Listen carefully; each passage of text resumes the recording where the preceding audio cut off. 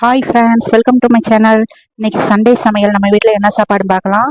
அதுக்கு முன்னாடி எனக்கு சப்ஸ்கிரைப் பண்ண அனைவருக்கும் ரொம்ப ரொம்ப நன்றி. இந்த பிறந்த நாள் திருமணநாள் கொண்டாட அனைவருக்கும் என்னுடைய வாழ்த்துக்கள். இன்னைக்கு காலையிலேயே மட்டன் குழம்பும் அப்புறம் தோசை மாவு இருக்குது. அதில் கொஞ்சம் தோசை மாவும் அப்புறம் கோதுமை மாவை கலந்து கரைச்சி வச்சுருக்கேன்.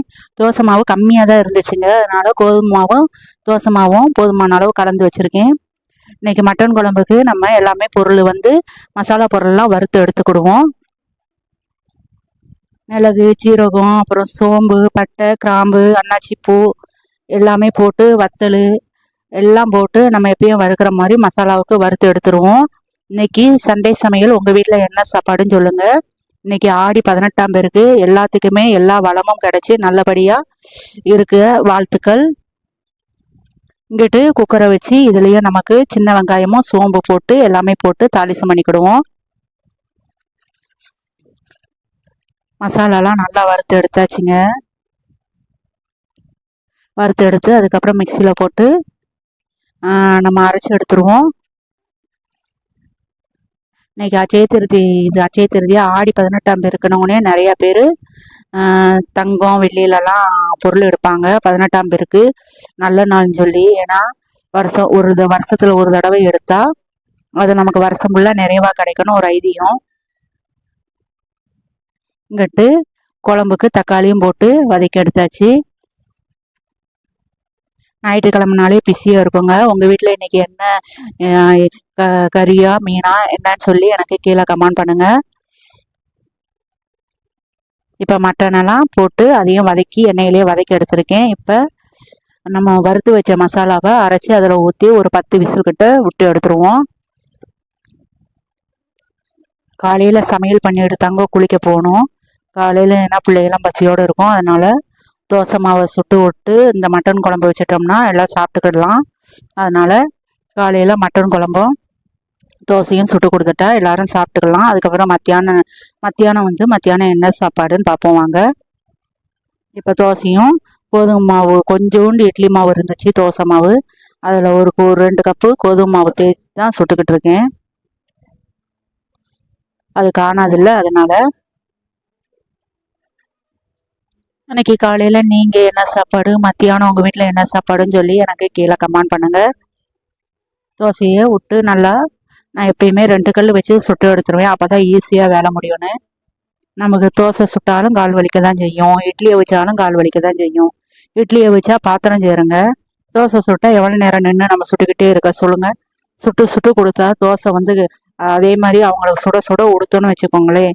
சுட்டு சுட்டு கொடுத்தா பிள்ளைகளும் சுட சுட சாப்பிட்டுக்கிட்டே இருக்கும் தோசையை மட்டும். உங்களுக்கு அப்படி இருக்கா? எவ்வளோ தோசைனாலும் பிள்ளைகளுக்கு சுட சுட தோசை கொடுத்து பாருங்க, அதை நல்லா சாப்பிடுங்க.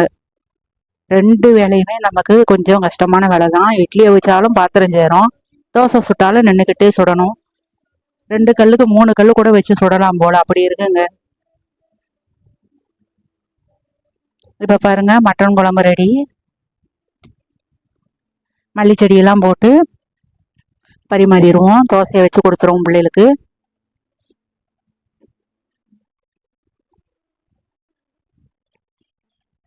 பாருங்க, அரைச்சி ஊற்றின மசாலா தாங்க. எங்கள் வீட்டில் கறி குழம்பு மட்டும் எப்பயுமே நான் வீட்டிலேயே அரைச்சி தான் ஊற்றுவேன்.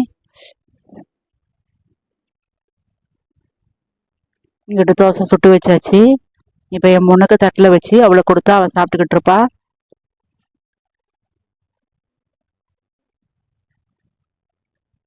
காலையில் இன்னைக்கு இதாங்க மட்டன் குழம்பும் தோசையும் தான். அதுக்கப்புறம் மத்தியானம் என்ன ரெசிபின்னு உங்களுக்கு நான் வீடியோ எடுக்கிறேன்.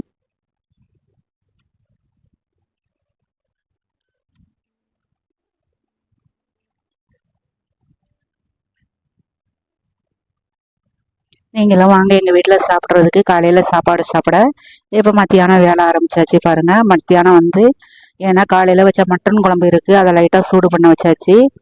இப்போ சிக்கன் எடுத்துகிட்டு வந்திருக்கு. அது சிக்கன் செட்டிநாடு சிக்கன் மாதிரி ரொம்ப கட்டியாகவும் இல்லாமல் ரொம்ப தண்ணியாகவும் இல்லாமல் வச்சிட்டோம்னா ரசம் வைக்க போகிறேன், வச்சு சாப்பிட்டுக்கலாம்.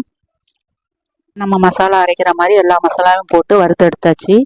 இப்போ ரசம் இங்கிட்டு லைட்டாக கொதிக்க ஆரம்பிச்சிருச்சு. நான் எப்பயுமே ரசத்தை ஒரு 5 நிமிஷம் கொதிக்க விட்டுருவேங்க. கொதிக்க விட்டு அதுக்கப்புறம் தாளிசம் பண்ணி ஊற்றிடுவேன். இப்போ ரசத்துக்கு தாளிசம் பண்ணி ஊற்றியாச்சு. கறி குழம்புக்கு ரசம் இல்லாமலாம் எனக்கு இறங்காதுங்க. பொதுவாக எனக்கு எப்பயுமே கறி குழம்புக்கு வந்து ரசம் வேணும். இப்போ வந்து வடைச்சட்டியில் எண்ணெயை ஊற்றி இப்போ செட்டிநாடு சிக்கனுக்கு வந்து ஸ்பைசியாக எல்லாமே ஒரு பட்டை கிராம்பு எல்லாம் போட்டாச்சு. இப்போ தக்காளியும் வெங்காயமும் போட்டு வதக்கிடுவோம். அதில் எண்ணெய் மொத்தம் கொஞ்சம் அதிகமாக ஊற்றிக்கோங்க.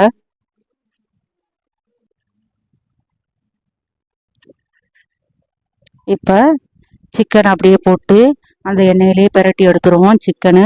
அப்புறம் சிக்கனுக்கு தேவையான மஞ்சப்பொடி, அப்புறம் கொஞ்சோண்டு மிளகாப்பொடி, அப்புறம் வந்து உப்பு, இது மூணையும் போட்டு நல்லா பிரட்டி எடுத்துருவோம். பிரட்டி எடுத்துட்டு சிக்கனில் ஏற்கனவே தண்ணி விடுவோம். இருந்தாலுமே நம்ம கொஞ்சம் தண்ணி ஊற்றிக்கிடுவோம். ஊற்றிட்டு தான் அதுக்கப்புறம் மூடி வச்சு ஒரு 10 நிமிஷம் வேக வச்சா ரெடி ஆயிரும்.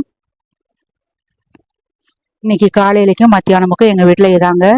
உங்களுக்கு என் சேனல் பிடிச்சிருந்துச்சின்னா லைக் பண்ணுங்கள், ஷேர் பண்ணுங்கள், கமெண்ட் பண்ணுங்கள், சப்ஸ்கிரைப் பண்ணுங்கள். பக்கத்தில் இருக்கிற பெல் பட்டனையும் அமைக்கிக்கோங்க. எனக்கு சப்ஸ்கிரைப் பண்ணவங்களுக்கும் ரொம்ப ரொம்ப நன்றிங்க. இப்போ மசாலாவெலாம் ஊற்றி மூடி வச்சாச்சு. பாருங்கள், ரெடி ஆயிடுச்சு.